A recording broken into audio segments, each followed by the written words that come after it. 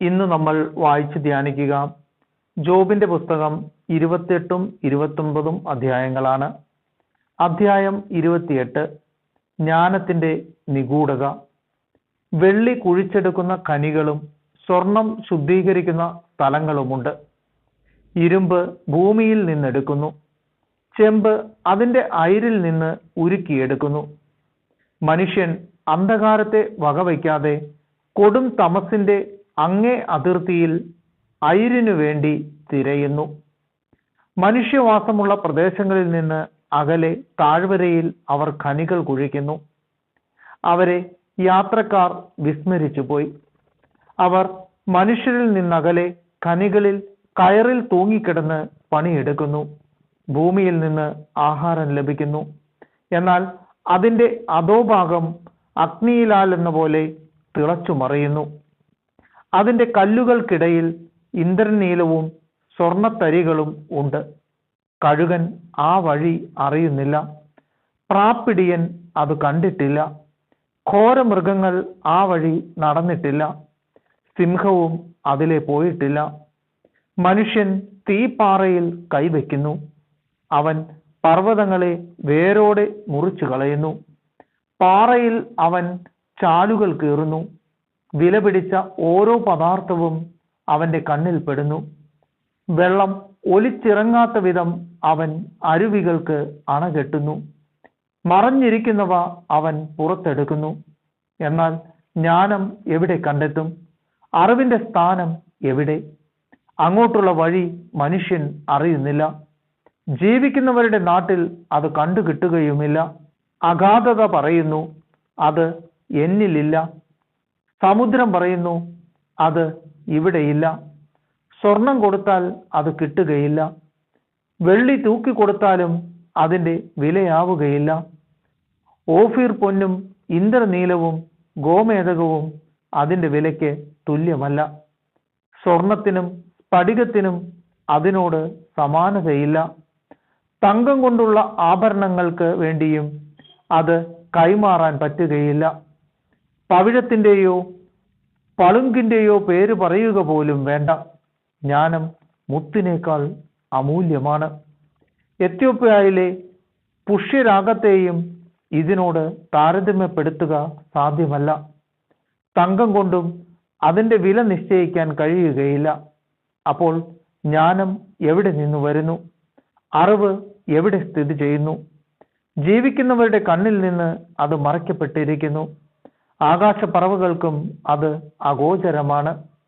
നരകവും മരണവും പറയുന്നു, ഞങ്ങൾ അതേപ്പറ്റി കേട്ടിട്ടേയുള്ളൂ. അതിലേക്കുള്ള വഴിയും അതിന്റെ ആസ്ഥാനവും ദൈവം അറിയുന്നു. എന്തെന്നാൽ അവിടുന്ന് ഭൂമിയുടെ അതിർത്തി വരെ കാണുന്നു. ആകാശത്തിന് കീഴിലുള്ളതെല്ലാം അവിടുന്ന് ദർശിക്കുന്നു. അവിടുന്ന് കാറ്റിന് ശക്തി കൊടുക്കുകയും വെള്ളത്തിന്റെ അളവ് നിശ്ചയിക്കുകയും ചെയ്തപ്പോൾ, മഴയ്ക്കൊരു നിയമവും ഇടിമിന്നലിനൊരു മാർഗവും നിർണയിച്ചപ്പോൾ, അവിടുന്ന് ജ്ഞാനത്തെ ദർശിക്കുകയും പ്രഖ്യാപിക്കുകയും ചെയ്തു. അവിടുന്ന് അതിന്റെ ആഴം അളക്കുകയും മൂല്യം നിർണയിക്കുകയും ചെയ്തു. അവിടുന്ന് മനുഷ്യനോട് പറഞ്ഞു, ജ്ഞാനം കർത്താവിനോടുള്ള ഭക്തിയാണ്, തിന്മയിൽ നിന്ന് അകലുന്നതാണ് വിവേകം. അധ്യായം 29 ജോബ് ഉപസംഹരിക്കുന്നു. ജോബ് തുടർന്നു, ദൈവം എന്നെ പരിപാലിച്ചിരുന്ന പഴയ കാലങ്ങളിലെ പോലെ ഞാൻ ആയിരുന്നെങ്കിൽ.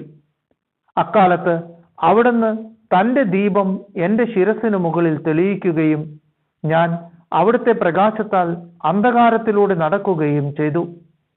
ഞാൻ എൻ്റെ ശരത്കാല ദിനങ്ങളിലെ പോലെ ആയിരുന്നെങ്കിൽ.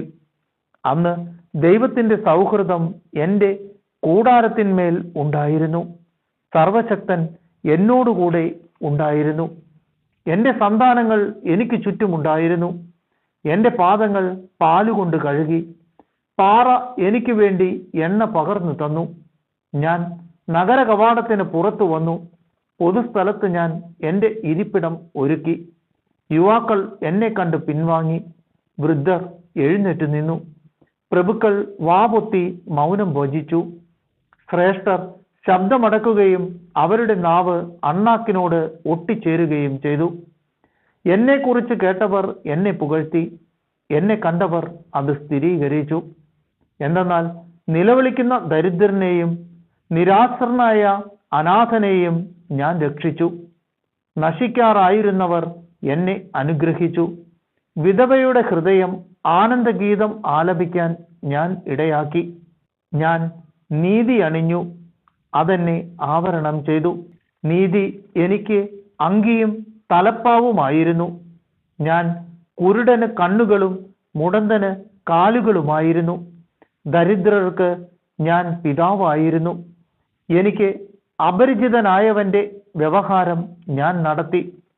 ഞാൻ ദുഷ്ടന്റെ ദംഷ്ട്രകൾ തകർക്കുകയും അവന്റെ പല്ലിനിടയിൽ നിന്ന് ഇരയെ മോചിപ്പിക്കുകയും ചെയ്തു. അപ്പോൾ ഞാൻ വിചാരിച്ചു, ഞാൻ എൻ്റെ വസതിയിൽ വെച്ച് മരിക്കുകയും മണൽത്തരി പോലെ എൻ്റെ ദിനങ്ങൾ വർദ്ധിപ്പിക്കുകയും ചെയ്യും. എൻ്റെ വേരുകൾ നീരുറവകളിൽ എത്തിയിരിക്കുന്നു. രാത്രി മുഴുവൻ എൻ്റെ ശാഖകളിൽ മഞ്ഞു തുള്ളികൾ പൊഴിയുന്നു. എൻ്റെ മഹത്വം എന്നും പുതുമ നശിക്കാത്തതും എൻ്റെ വില്ല് എൻ്റെ കയ്യിൽ എന്നും പുതിയതുമാണ്. എൻ്റെ വാക്കു കേൾക്കാൻ ആളുകൾ ആകാംക്ഷയോടെ കാത്തിരുന്നു. എൻ്റെ ഉപദേശത്തിനു വേണ്ടി നിശബ്ദരായി നിന്നു. ഞാൻ സംസാരിച്ചു കഴിഞ്ഞാൽ അവർക്ക് കൂടുതൽ ഒന്നും പറയാനുണ്ടാകുകയില്ല. എൻ്റെ മൊഴികൾ അവരുടെ മേൽ ഇറ്റിറ്റു വീണു. മഴയ്ക്കെന്ന പോലെ അവർ എനിക്ക് വേണ്ടി കാത്തിരുന്നു. വസന്തവൃഷ്ടിക്ക് വേണ്ടി എന്ന പോലെ അവർ വായ് തുറന്നിരുന്നു. ധൈര്യമറ്റ അവരെ നോക്കി ഞാൻ പുഞ്ചിരിച്ചു. എൻ്റെ മുഖപ്രസാദം അവർ അവഗണിച്ചില്ല. ഞാൻ അവർക്ക് വഴികാട്ടിയും നേതാവുമായി. സൈന്യമധ്യത്തിൽ രാജാവിനെ പോലെയും വിലപിക്കുന്നവരെ ആശ്വസിപ്പിക്കുന്നവനെ പോലെയും ഞാൻ അവരുടെ ഇടയിൽ വസിച്ചു.